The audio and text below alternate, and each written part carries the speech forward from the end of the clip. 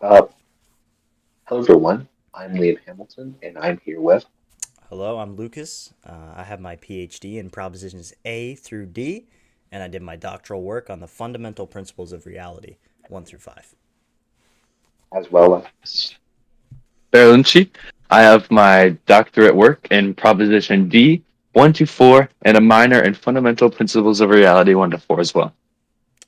All right, and we are here to debate how propositions A through D correlate with the nature of reality. Mm-hmm. And in the start off, we are going to have both of our debaters start start with their opening arguments. So Lucas can start first. All right. So, my goal here is simple. I'm an intellectual man. I'm a big fan of being intellectually consistent. First, I want to get some things out of the way. Me and my debater, Berlucci, who so kindly agreed to do this debate with me, we both agree that nihilistic propositionalism is baloney. That goes for E, H, and Z. Now that that's out of the way, let's get through some other things. Proposition A only subscribes to principle of reality number 1. We both believe that this is inadequate towards building a worldview. Proposition B subscribes to 1 and 5, which I think there's some validity, but I think ignoring 2, 3, and 4 is very dangerous towards trying to build an adequate worldview. Now, one of the major reasons for this is that Proposition C, and take it from me, I have a PhD, Proposition C actually conforms with the logical scholarship on this when you look into the literature, because it subscribes to all 5 fundamental principles of reality. Yes, that is 1, 2, 3, 4, and 5. If you actually look all the way back, the founding fathers of the literature, which I have my PhD in, and to a degree Bear does as well, he did his doctoral work in Proposition D, which I think is a twisting of what our founding fathers meant to get across. And when you look through the old literature, you will clearly see that if you have, for example, Proposition 1 and 5, you either have both of them or you have none of them. Proposition 2 and 4, same thing.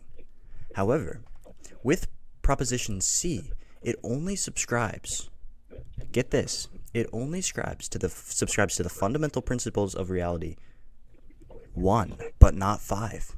This is clearly inadequate towards building a worldview, as you cannot have one without the other, and you need, I repeat, you need 1 and 5 to build an adequate worldview, and Proposition D does not give you that. And that is my opening statement. All right, very well done, Lucas. Thank you. Now we will start with Bear's opening statement. Bear. All right, appreciate that. And I'm glad we can agree that the nihilistic popularizationalism is baloney. It's a hunk of junk. It doesn't make sense. It doesn't work to have a valid worldview. So, um, I obviously have my doctrine work in Proposition D. Right? And as Lucas said, Proposition D subscribes to 1 to 4 fundamental principles of reality. And I'm trying to get across the fact that you don't need the 5th fundamental principles of reality, as it's, you could say, a dinger principle, such as yoga is a dinger class, unneeded. So I'm trying to get across that you can have one without 5, whereas 5, it's not as major or important as all of the other ones. That's my opening statement. All right, all Okay. right. We we'll move to our first section of the debate. Sorry, second section, where each side will be able to give their rebuttals. So I'm going to start with Bear with his rebuttal. Bear, you have the floor. Thank you, Liam. To rebuttal Lucas's opening statement, he very obviously he makes it abundantly clear that he subscribes to Proposition C as he did his doctrine work in Proposition C. And Correction, by having A through D. Continue. hmm? I You did have my, doctrine work in A through D. yes, all of it. Oh, sorry, I thought it was just C. It So was. I through lied. Continue. So in his doctorate work, he learned supposedly that you need five if you have one fundamental principles area. So to have the first core belief, you need to have the fifth one because they're one and the same. So if you don't have one, if you have one and not five, self-contradictory. But if you have one and five, it works. It's a symbiotic relationship between one and five. So what Lucas actually fails to see is that on the theoretical equations of probability, number 28, not 28, sorry, yes, 28. On number 28, it blatantly states that you do not need to have one or the other for one and five. Now, okay, this may be taken differently as some people may understand it. So I may understand it differently as per Lucas or Leah may understand it because also in the text it says you need to have two and four, right? And three is just by itself. You can have three whenever you want. And two, you need four, four, you need two. But one and five specifically. One and five, it's a different kind of situation as I read it, as I interpreted it at least. And so from what I can understand, you would need if you were to have five, you would need one. But the latter option is not the same. So you can have one without five, but you can't have five without one. Does that make sense? And that's my rebuttal. My turn? All right, and now Dr. Gray has the floor. All right, thank you. I find it really strange. Was it the theoretical equation of probability number 28 that you referred to? Um, I find it strange because if you actually look in the literature of that passage, it's very, very clear, as far as I'm concerned, that it is referring to the fact that 1 and 5 of the fundamental principles of reality and 2 and 4 need to be the same. It seems like a special pleading fallacy to make an exception that 2 and 4 can conform to each other, but for some reason 1 and 5, there's some sort of difference. And it's my observation, as I'm looking through your doctoral work that you made, that you actually believe that when it comes to the specifically the fundamental foundations of truth, it says right here, you believe in all from 1 to 27, no, sorry, from 1 to 25, 24 that is, but you exclude the final three, which I agree with. I think is perfectly fine. Where my problem is right here when it says that on the theoretical equations of probability, you believe in every single one. Now here's the problem. 37 that you believe in is very nihilistic in nature. It actually seems really close to nihilistic propositionalism, specifically in the department of E, proposition E, which we both believe is baloney. The problem is this ideology of theoretical equation of probability number 37 here. If I can just find the page here. Yes, it's clearly in support. As much as I disagree with the nihilistic movement, it's actually in support that if you do see the fundamental principles of reality as valid, then 1 and 5 must check out, as 2 and 4 must check out, and of course 3 is on its own, no one's arguing this. So it seems like you have two contradictory views, and I would just like to point that out. That's my rebut. All right. All right. If that's the end of your rebuttal, we will now move to a cross examination where each side will have the opportunity to ask the other side different questions. Now, I am Mr. Dr. Lucas Gray, Thank you. and you have the opportunity to ask Dr. Bertolucci any type of question you think with regard to proposition A through D. So, Okay. I just want to ask a quick question here. So, I just want this to make sense in my head. Why is it that, given the fact that you subscribe to theoretical equation of probability number 37, why is it that you can reconcile that reality with the fact that you somehow believe that 1 and 5, that you can have one or the other instead of all in or all out? How do you justify that? Sorry, repeat that last part again one more time, please. So it seems that your belief is that 2 and 4, you need to have both of them or none. But for some reason, with 1 and 5, you can have one and not the other. This seems to be in contradiction with theoretical equation of probability, number 37, and does not check out with fundamental foundations of truth that you subscribe to, 1 through 24. How do you reconcile that?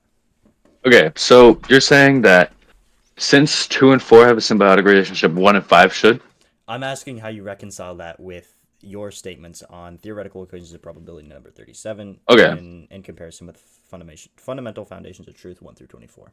Okay, so essentially, you're saying why 1 and 5 don't have a symbiotic relationship, but 2 and 4 do? Yes, in relation Okay. to your other views, yes. Yeah. So people may consider that. So recently, I was doing some research prior to this debate, actually, and I looked deep. I looked really deep into specifically number 5 of the fundamental principles of reality, and I read that it has some slightly, not over the top, but slightly nihilistic propositionalism. A slight amount. It's not like if you subscribe to 5, you're instantly a nihilistic propositionalistic person. No, it's a slight hint of it. Okay?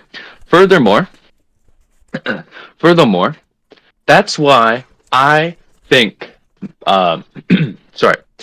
Your question was 1 and 5 don't need to be symbiotic because 5 is borderline, if not tipping its toe into nihilistic propositionalism, whereas 1 is just neutral. It's not nihilistic propositionalistic at all whatsoever. It has nothing to do with it. It actually contradicts the nihilistic propositionalistic ideologies.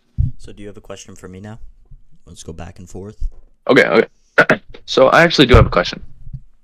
So when you say that you took a doctorate degree in proposition A to D, did you not learn that B subscribes to 1 of 5 and A subscribes to 1?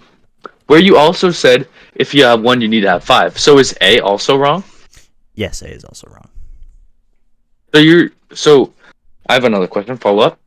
So by you saying A and D are both wrong, would you say B and C are right or wrong? And after this, I got a question for you. Okay. Proposition B, I don't believe is true because I don't believe it builds up a good enough methodology for truth. Proposition C, however, takes into account all fundamental principles of reality, making it a valid methodology defining truth. Now, I have a question for you. So it seems to me that you brought up, if I can just pull up my notes here, it seems to me that you specifically brought up the fact, sorry, I just find it funny that you believe in this nonsense.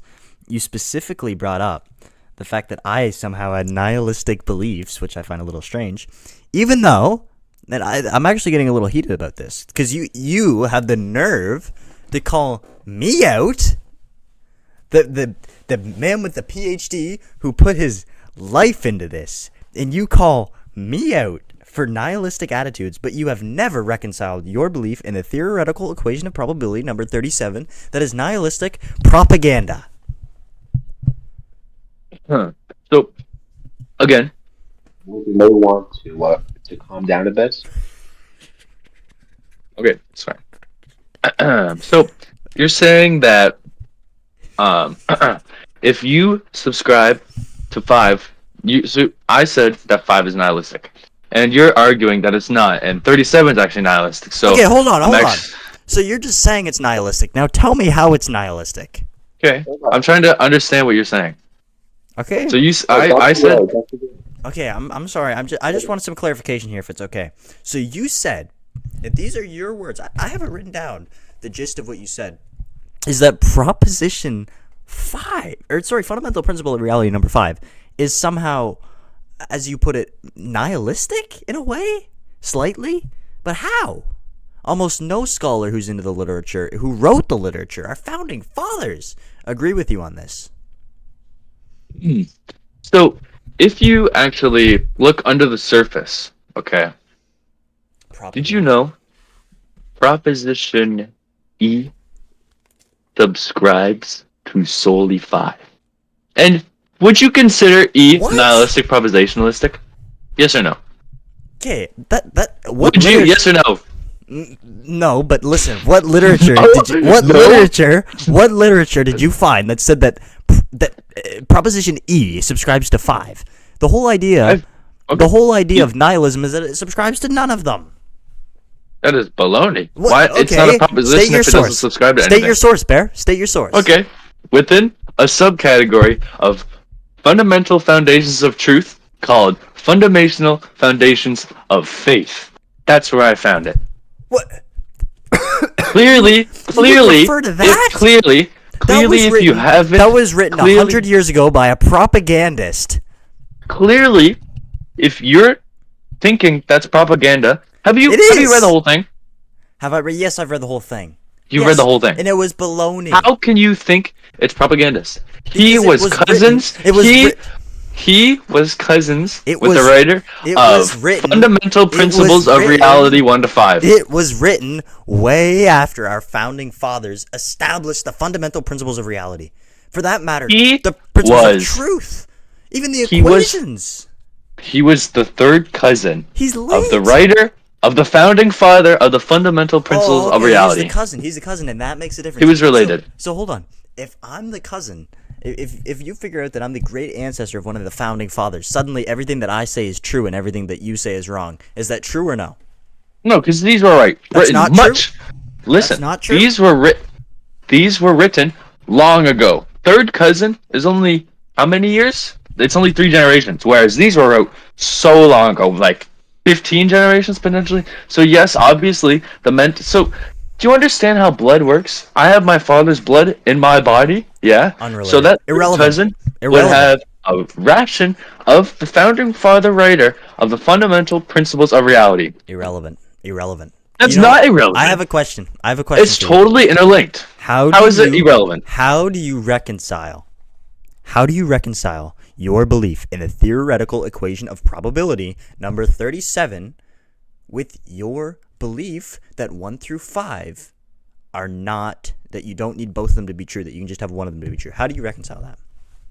So if you read, so initially, I read the theoretical equation of probability 1 through 37 with no context. Then I read it again with context in mind. Okay, without context, obviously people relate it to 5 because they have similar words talking about. They both speak on nihilistic propositionalism, but if you read it within context, you actually miss to see that 36 says all of the theoretical equations of probability have 0% nihilistic propositionalist values.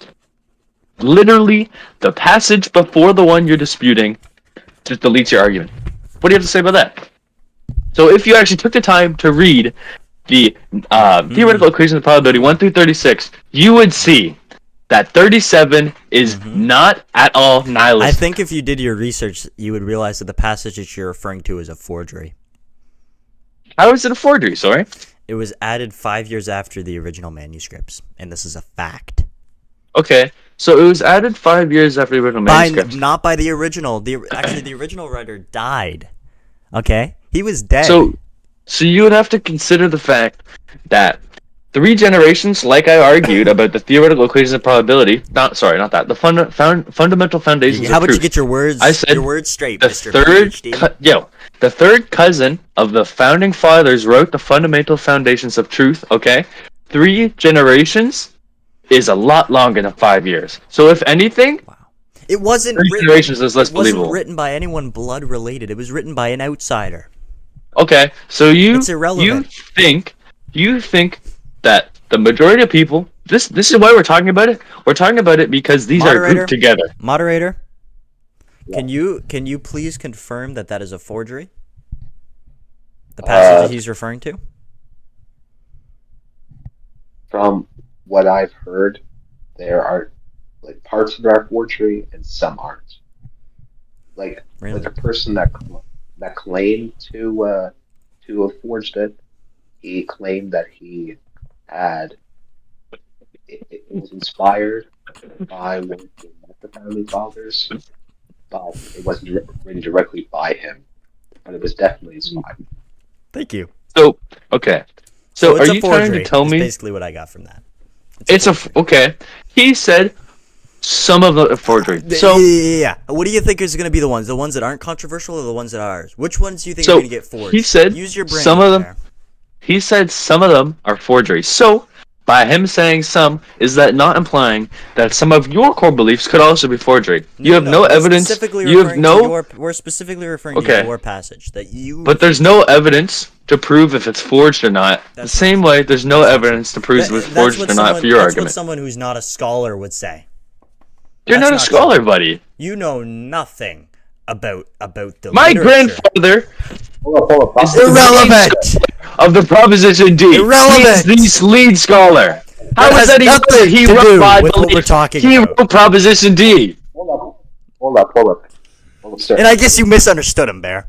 I guess you misunderstood him. You How missed did I your PhD. misunderstood him? He was a scholar. If I misunderstood him, Oh, he was everyone a scholar. else that He was a follows scholar. D Too bad you're not one. understands him.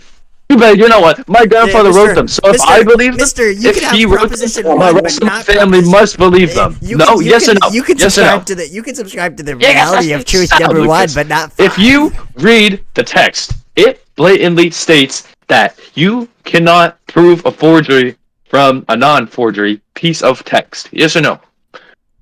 Explain to me how you can show that a piece of text is a forgery. So basically, they write it, and then there's copies, and then these copies, all of these copies that are called manuscripts, are copied, and they have the same exact. Even though the different copies have no correlation with each other, they say the same things, and because of this, you can tell that everything that let's say there was one in Egypt and one in like America, and you find these manuscripts, and they all say the same thing.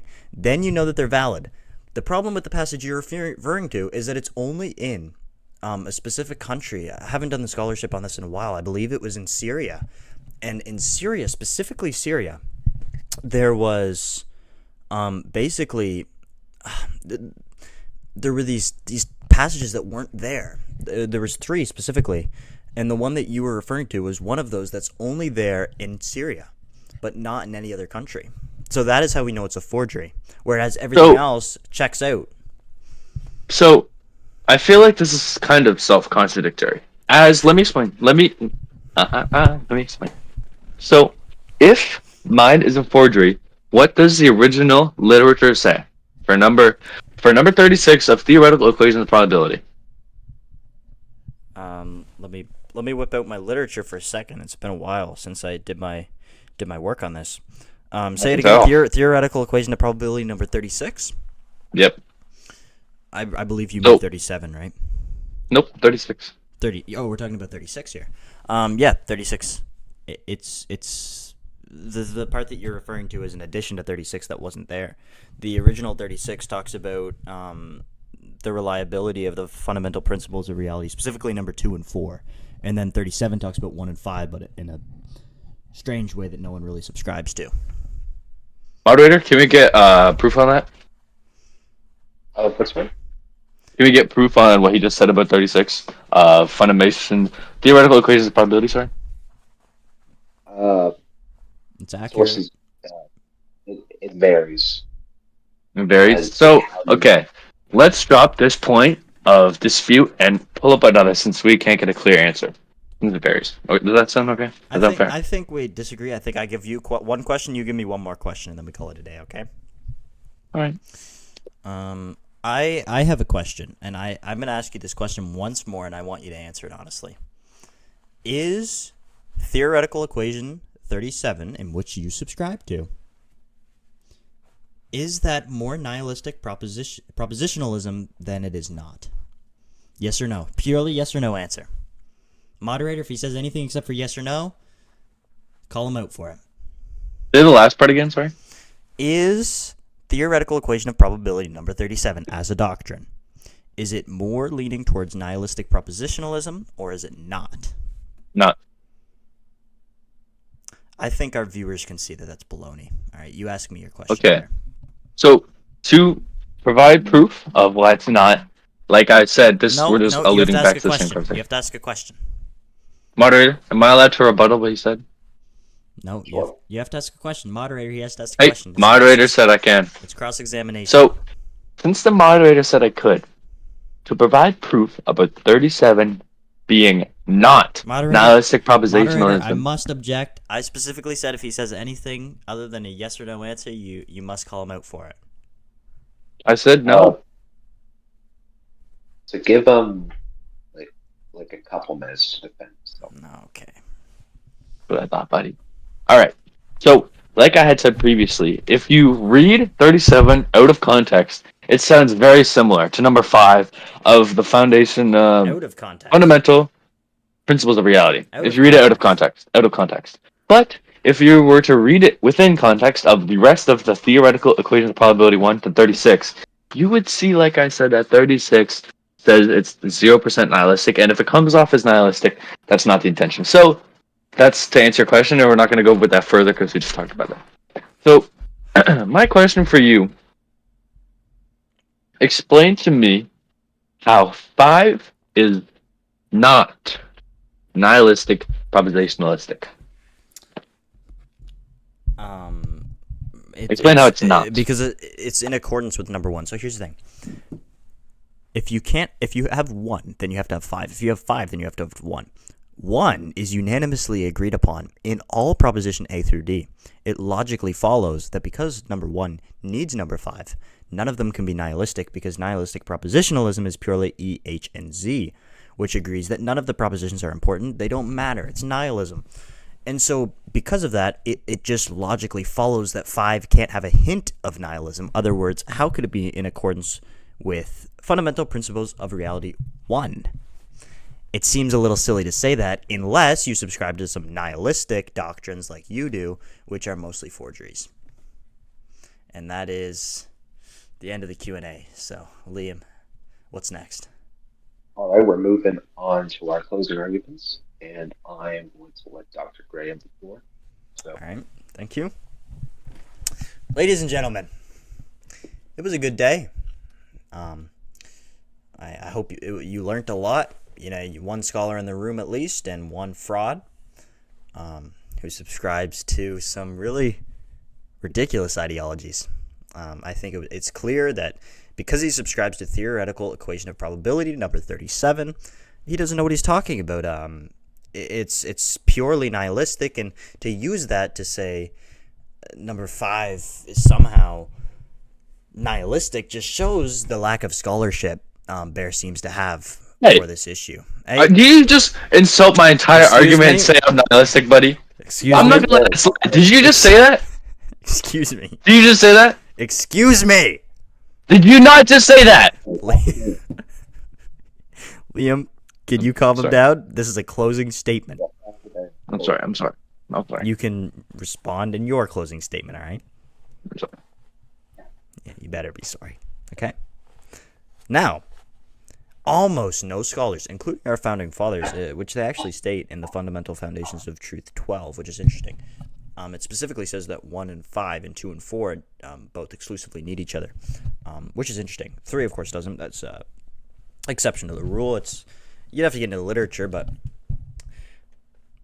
I think it's very clear that you need 1 and 5. In the fact that you would have to subscribe to something who, as Bear admits, has a hindrance of nihilism, and it is strange. Why would you have a hint, just even a hint of, not hindrance, a hint. Why would you even have a hint of nihilistic beliefs in your doctrine? Because what that implies, as nihilism is it implies a belief that none of the propositions matter, which is strange because 5 correlates directly to 1, and 1 is very clear that everything matters. It is the fundamental building blocks of reality, and it is one of the fundamental principles of reality. Therefore, proposition C, because it includes all of the building blocks of reality and includes 1 through 5, is the best proposition we have and is the one that we must subscribe to. Thank you. All right, Dr. Barrett. So, initially, I was going to be very respectful in my closing statement, but after hearing Dr. Lucas Gray's closing statement, I'm going to have to change that. So, what I was going to say initially, before I had heard Lucas's closing statement, Dr. Gray's closing statement, was that we should eventually have a second debate after we find proof if 36 of theoretical equations of probability is forgery or not. Also, including that, we should look at other things that could possibly be a forgery. So, next debate, we'll try to figure out whatever a forgery is prior to it, and then we can debate over that. Additionally, I actually found a flaw in Lucas Gray's closing statement. He actually misquoted the literature as it seems. So, while I was speaking, I had read off of my literature as I have right here in this large book, physical copy. Yes, so I said, and I quote, the fundamental foundations of truth 1 to 27. Sorry, the theoretical equations of probability 1 to 37. Okay. 28. The 28th theoretical equation of probability specifically talks about 1 and 5, 29 talks about 2 and 4, and 30 talks about 3. Okay? Lucas claimed that the theoretical equation of probability 12 to 14 talks about 1 and 5, 2 and 4, and 3. So blatantly, I feel like if Lucas can consistently misquote, not consistently, if he can misquote something so easily, can we really take what he's saying as truth? I think not. Objection, So that's a genetic I feel fallacy. like if he can't Objection, this is a fair read his objection. literature Hey, this is a fair sufficiently, objection. and This is a fair objection. That is a genetic fallacy to say because I made one mistake, my whole view is invalid. That's a fallacy. I'm allowed to call that out. Thank you. so by Lucas misquoting it, I feel personally that he didn't thoroughly read the literature. He might have read the literature. Okay, yes, he might not have read it with context or thoroughly. He might have just read it to be able to come to this to speak today, which would be kind of funny. It would be obvious and it would make sense too for his arguments. But anyway, this is a debate for another day about things being forgeries, yes or no. So that is the end of my closing argument. All right. Thanks. All right. Well, I did not misquote it. I just want to get that out there. Actually, But I whatever, will the debate's over. Debate's over. put it recorded. You guys in the audience, you guys can do the research for yourself. I will post the time you misquoted in the comments.